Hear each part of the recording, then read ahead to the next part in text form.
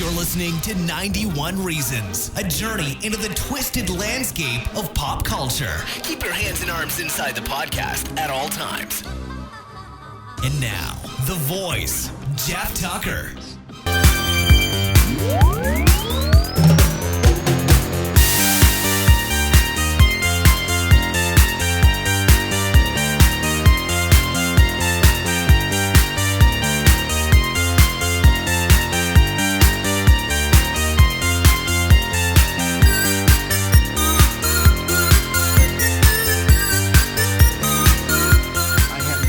Pleasure of heading down to Costa Mesa this last weekend to a really cool guy, Ryan Batchelor's place. He is the guy behind a new haunted virtual reality demonstration called Virtual Screams. They're going to be at Scare LA next weekend, August 8th and 9th at the Pasadena Convention Center. Now, you got to come down to Scare LA. It's going to be a lot of fun. 91 Reasons is going to be there. We're going to have our own booth. We're going to be doing a panel on Saturday from 4 to 5, all about what it was like back in the day for Halloween. It'll be somewhat of that and an amalgam of that and the killer episode, if you've listened to that one. So it'll be a lot of fun. We've got some visual stuff, so it'll be great. Everyone who attends the panel gets a free 91 Reasons button. I just had buttons made, so something tangible from the show. How great is that? But this past weekend, in preparation for Scare LA, I did head down to Costa Mesa. Ryan's put together this thing using the Oculus Rift, and I'm sure you've heard of Oculus Rift. It's coming next year in the consumer form. Now, Ryan bought the developer kit, and he's been working for quite a while on a simulation of a haunted attraction, and it's fantastic. It is so much fun. So I was able to try it out. And then Ryan and I and his associates hung out for a while. So check out this great episode of me down in Costa Mesa. And you know what? Come see us at Scare LA. Go to scarela.com. Use offer code Winona for a discount on tickets. It's going to be a blast. It's the biggest Halloween-themed convention in California, which is odd because, I mean, I've talked about this before. Halloween is ground zero for haunted attractions with Not Scary Farm, Universal Horror Nights, and so many other pop-up attractions that are so well done that it's amazing we've never had a Halloween convention until just a few years ago. I would have killed for this as a kid, a convention about Halloween masks and blood and gore and decorations and everything. It's not a horror convention. It's a Halloween convention, and there is a difference. So come check us out. It's going to be a lot of fun. And here is my interview with Ryan Batchelor and Virtual Screams. All right, we're here in Costa Mesa at the Virtual Scream Studios, trying out their Virtual Screams Oculus Rift experience. All right, I'm going to fire up the demo here. Okay. But go ahead and say who you are. Hey, this is Ryan talking. I'm Ryan Batchelor. I'm the owner and lead designer of Virtual Screams. And we're doing a demo of the Scare LA experience. We're going to debut at Scare LA August 8th and 9th in Pasadena. And you should see the image right now. Is that okay? Yeah, wow. Is that in focus? Oh, yeah. It's totally in focus. Okay, and so we're watching a mirror image on our monitor of what you're seeing, and I'm going to shut up and just let you go through it. All right, so this is crazy. You probably heard of Oculus Rift. And look around, look left and right. Yeah, Oculus Rift got okay, all right. We're in a launch tube, and you can look to the left and right, and it's slowly, it looks like we're going towards, the Stargate. So you'll be able to experience this at this exact one at Scare LA, right? Yeah, we'll have, like I said, it's a development build, it's the beta version. So this is pretty much the same experience you'll see at Scare LA, just a little bit more polished. Still things that aren't quite working right. This is truly crazy looking. What I'm looking at does not exist in the real world. Yeah, this is all 3D generated imagery and geometry you're looking at. Oh yeah, it's weird to say, this is the future of entertainment. I mean, it really is. I can't, because you're looking at it and it's 3D, and we've seen that in the movies. But the ability to turn your head and look down, like beyond, like the chair that I'm sitting in, and how we're sort of, it's really unsettling. Yeah, wait till you get into the phobia simulator here. It's this is the really whole idea unsettling. This is the Phobos Labs, and their simulator simulates fear and phobia, and it's about to freak out right now and put you through some of the, the craziest phobias they have in their system. Okay. So you're going to be hit with one fear after another. All right, so now we're doing like Doctor Who.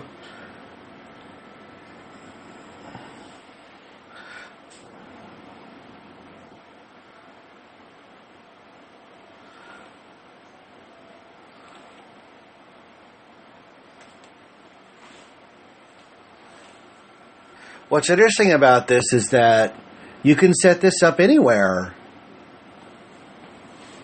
Like, it doesn't need a lot of special setup. I know that there are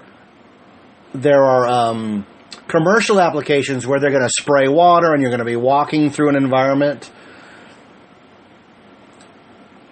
Yeah, our goal is to do a lot more theme park style, experiences. Yeah, this is great. I mean, I remember going and seeing the IMAX, like Elvira's Haunted roller coaster movie. And that was really rudimentary, but this looks great. I know that's the desk, but like, you want to reach out and touch things, That slam you heard was me trying to touch something that's not there, like Captain EO. I mean, that's what I would say it's like. It's like when that asteroid first appeared and everybody's trying to grab it. Oh, this is claustrophobia, like we're in a box. Yeah, it still needs work. I'm thinking about doing something like you're being buried, or I'm going to have dust coming through the top, and you might hear people outside. Oh, that's great. In a box. But it still needs some tweaking. Fear of sharks. This is for my wife. She would not want to take this off. She's obsessed. Oh, yeah. Oh, my God. We're underwater. This is... some by? Yeah, I saw it go by there. And I'm sure it's going to... I've been playing with the settings on this. At first, it was a little too dark and murky for everybody to see the shark the first time. Oh. I just cursed on the show. I have to bleep that out. Oh, this is great. Now, this is my kind of thing. This is the finale, right? Ah! My son would have had a heart attack. Ah! Get away. It's a giant spider. We're like on a mine car in a mine with a big spider trying to get us. Oh, that's great. Wow, that is really amazing. And you can look around. That's the crazy part. Imagine what Bud Hurlbut could have done with this. If we did a virtual mine ride or log ride of this, I'm sure it'd be amazing.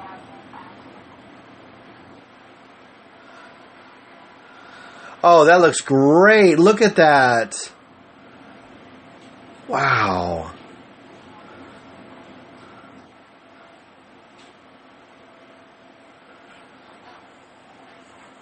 So now you're returning back to the lab. Oh. They finally got you out of the simulator.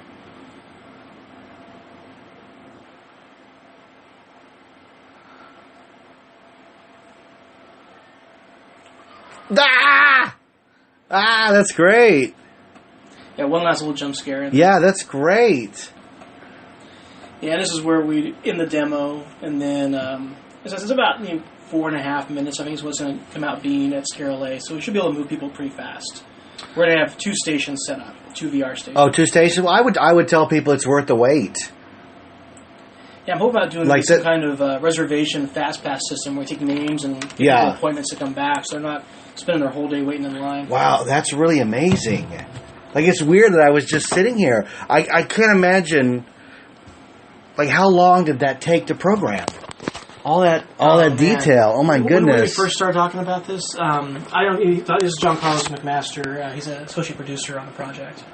We started talking about this 4 or 5 months ago? Yeah, I'd say the beginning of the year, maybe. Was it the beginning of the year? Or early spring?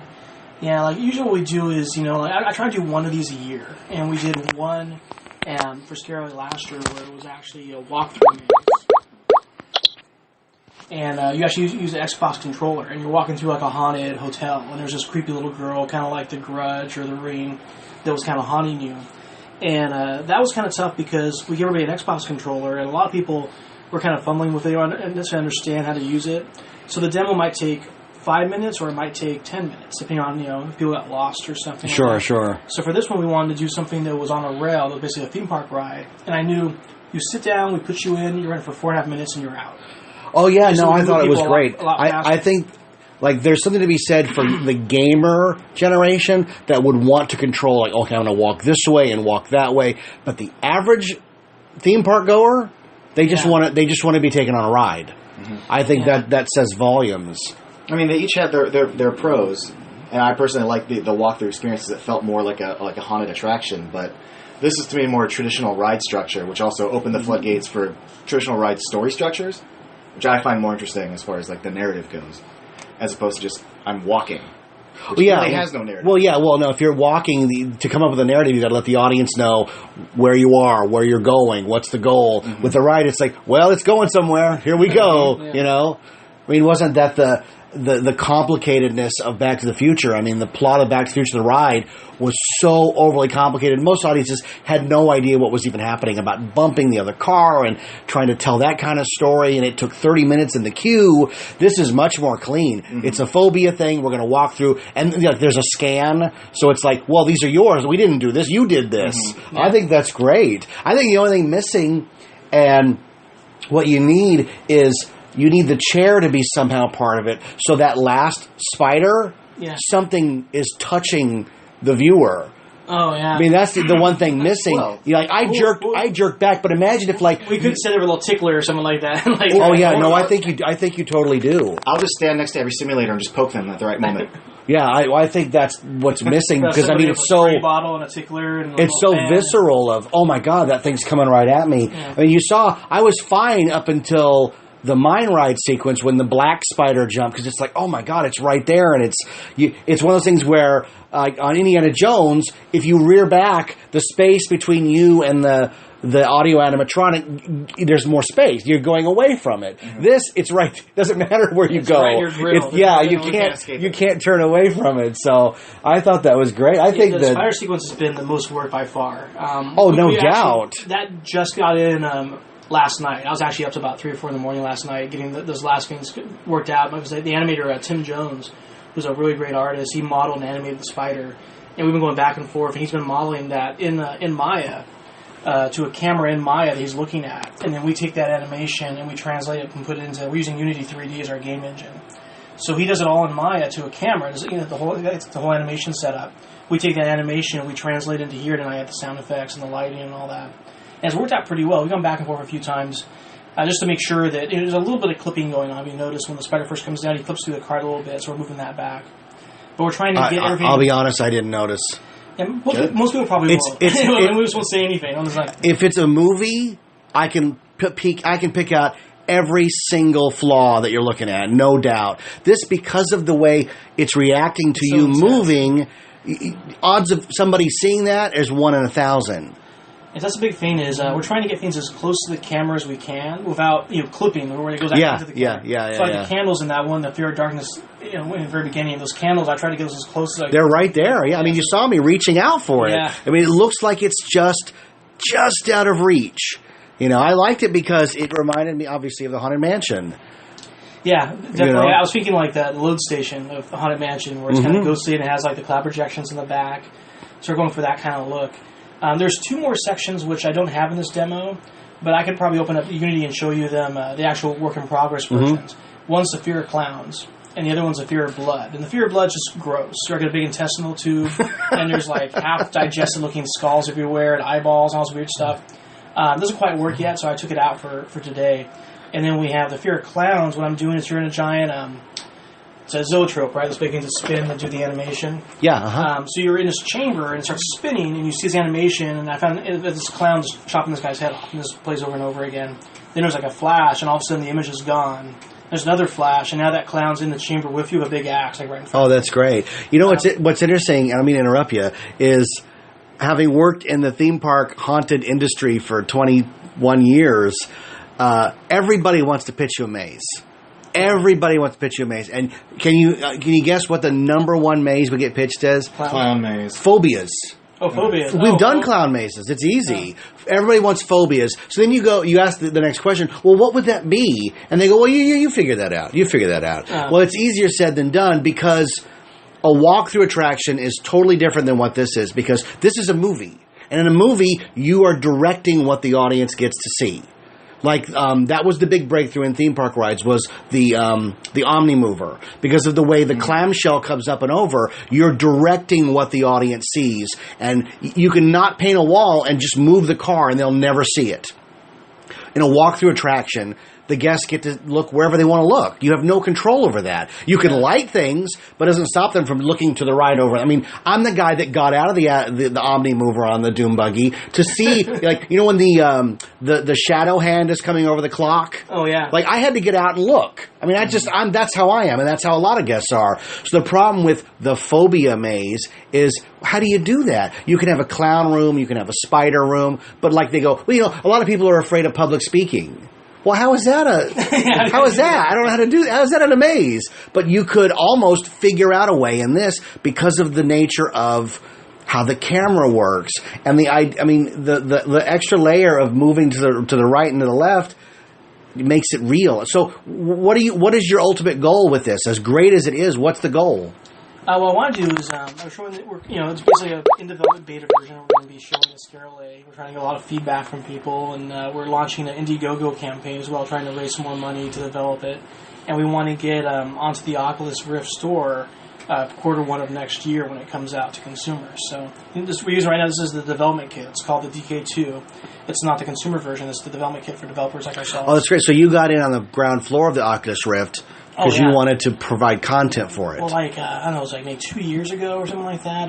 We're working at DreamWorks right now with How to Train Your Dragon, and they brought over a DK1, the first version, and they showed us a little demo there where we could find a dragon. Oh, I bet that's amazing. Yeah, I put it on. I was like, this is amazing. I'm going to get one. I got home, got a really, really bad headache because at first, like the latency and some of the other things were kind of weird. Now the new version is a lot better. But I went out and bought a DK1, and I used that for Scarlet last year, and then I got a DK2 as soon as they came out, which is higher resolution. And there's a camera right here, if you see this, that tracks your forward movement, where there's an accelerometer in the helmet, or the headset here, that tracks your rotation. But then forward movement, and side to side, that's tracked by that's fantastic. The sensors in the front faceplate here and the camera. So, again, it's not the actual final version. That's probably going to come out. As they're saying, Q1. Yeah. It'll have higher resolution than this one has, and it'll have better built-in headphones. It actually has a kind of like a hard hat, plastic insert. That way you're always going to wear it properly. Yeah, a lot more comfortable, a lot lighter. It's weird. Like, I've heard about Oculus Rift for at least 2 years now. It's coming. It's going to change everything. Yeah. And it's one of those things, like, you don't believe it. Like, okay, sure, the iPhone's going to be great. I'm sure it's going to be fabulous. Who knows? And then something like you actually play with it, and you're like, oh my God. Because what I'm looking at here is not just how great this haunted version is, but then your mind goes, what else could they do? Like, is somebody going to port over Back to the Future, where I'm Marty McFly and you watch the whole movie? I mean, that would be the greatest thing ever, right?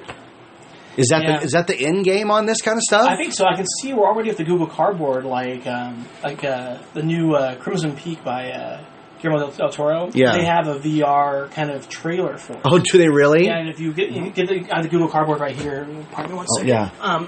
These are like $20. You order them online. And you'd be shocked. I got this exact one out of China, $3 shipped. Whoa! I couldn't believe it. Oh, there you go. Plus, that's much better. At Comic-Con, Legendary was handing them out. Yeah, if you go to cons, you can get these for free. Like I got this at the VR LA convention for free. But you put your phone in there. Yeah. And basically, it's not quite as good as the Oculus Rift, but there was a movie trailer for Crimson Peak, and he had one for Pacific Rim on there as well. And it's a free app. You just download off the iTunes store. Yeah. So I can see more and more companies doing, like, let's say a new Star Wars movie comes out. Maybe they might do a really quick little X-Wing thing. Sure. Or video games, they could do like a little thing where it's just for really quick, maybe 30 seconds to a minute, a little clip of putting you in a movie. Or I think that's dangerous though, as far as a coming attraction, because if you put an X-Wing dogfight in that, and let me watch it. When I go to see the movie, I'm going to go, this ain't the thing I saw at home. Yeah, you know what I mean? And you know Star Wars is going to be in 3D. It's going to be great, hopefully. Yeah. But it's not going to be immersive like that. Because I downloaded one where it was a roller coaster.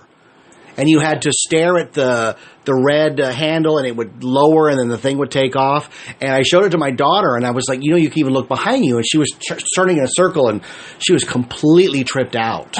You know, because they also had some from like a museum that was like looking at artifacts that were spinning, and that was okay. But the roller coaster one was like, even though it was cartoony, but I mean, it's in its infancy.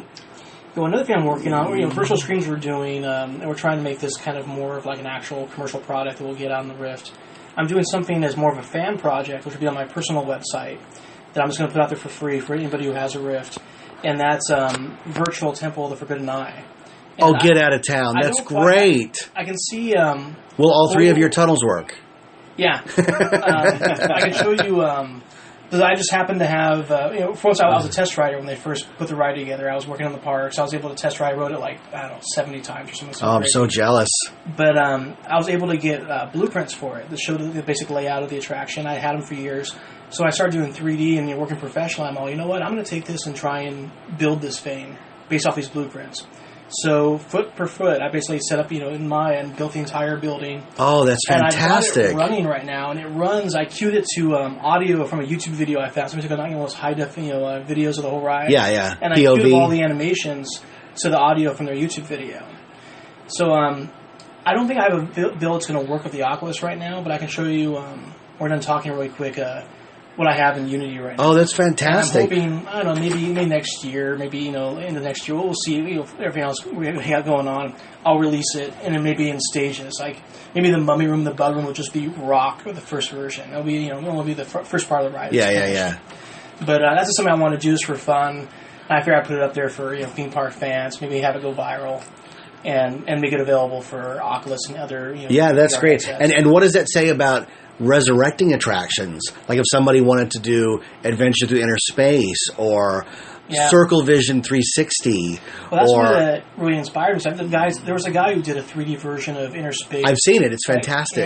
Yeah. So you take that and you put a VR camera in. Oh, it's like you're there. Yeah, exactly. So I think that's really cool. And it's interesting. And for me, it's fun. Like, and for Indiana Jones too, like, I want to do stuff that you can't do, like in real life. Like, there's so many things on the ride I thought they could have done a little better. So 3D, if you're doing it like on your own, the track can break, the car can fall into the lava, anything you want. The snake could come forward more than like 3 feet. Yeah. So like we're going to do a lot more with it. I think is really trying to make it like really intense, like this is. And do things you couldn't do when you have safety regulations to deal with and stuff. Make the Tunnel of Torment, really just out of control. Do all the tractor beam lasers coming out of the Gates of Doom. Mm-hmm. Have the whole room falling apart. When the boulder comes down, have the whole cave. Oh, that'd be great. Yeah. So, and I'm just maybe doing this fun. Maybe a portfolio piece too to show around and, get my name out there a little bit more. Well, what works about that is you're not saying, here's something original I want you to immerse yourself in 4 minutes and then come out. You're going, that ride you've been on? Check this version out, because then you're going, oh my god, now I get it in an instant. I think it's brilliant marketing. Yeah, I'm gonna call it like a fan tribute, I think, or something like that. Yeah, I think that's great. Like Popzilla shows. We do the Popzilla shows as well. We've talked in the past about the Popzilla Gallery. So it'll be the same kind of thing. It'll be that kind of idea of taking something from pop culture and doing your own kind of take on it. Mm-hmm. So I'm just gonna call it a fan tribute to a ride that I really like and. All you have to do is say, look, this is your chance to go on Indiana Jones, the Temple of the Forbidden Eye, without walking through the queue.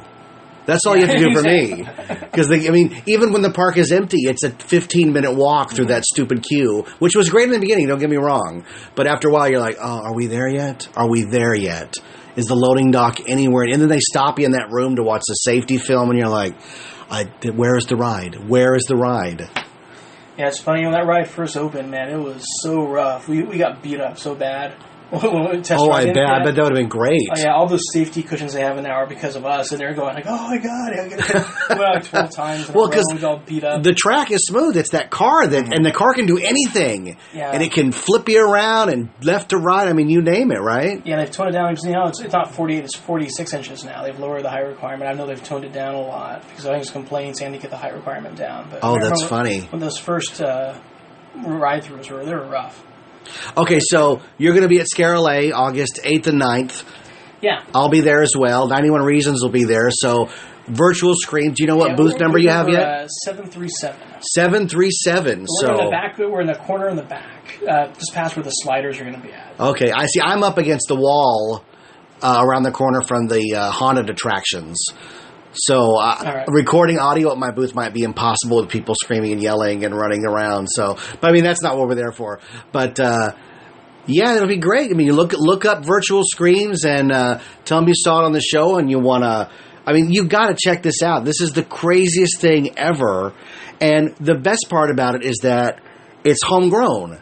It's a bunch of guys who got together and said, we're going to try to do this. And what do we all, I mean, what is the message of 91 Reasons? I always say the message is don't wait for permission.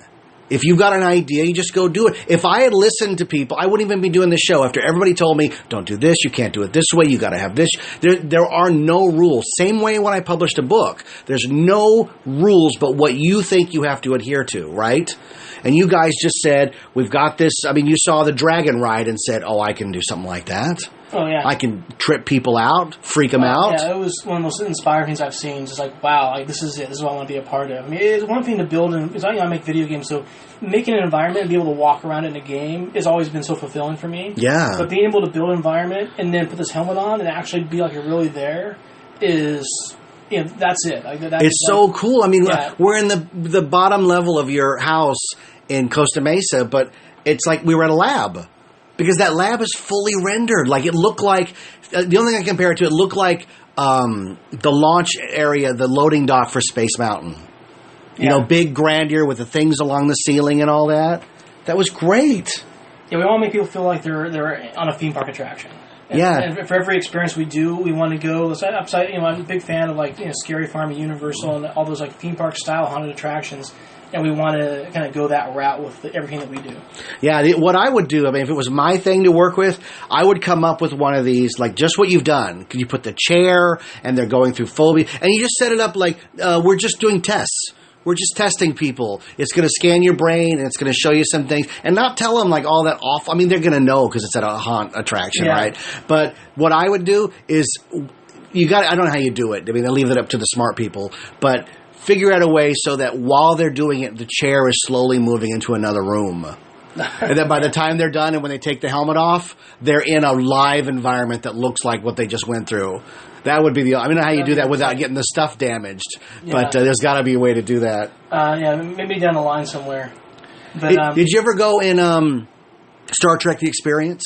Oh, yeah. Yes. That was great. Remember the transporter room? See, that's what I would do, is put this in a room and then halfway through change the walls, change out the actors. I mean, they're totally blindfolded wearing it. So if all the regular people were suddenly replaced with mutants or people oozing stuff, like when they took it off, it would be the ultimate, it would be the big shock at the end, right? Yeah. I mean, that was as great as that simulator ride was, the ride never got better than the transporter room. Nope. Because you weren't expecting it.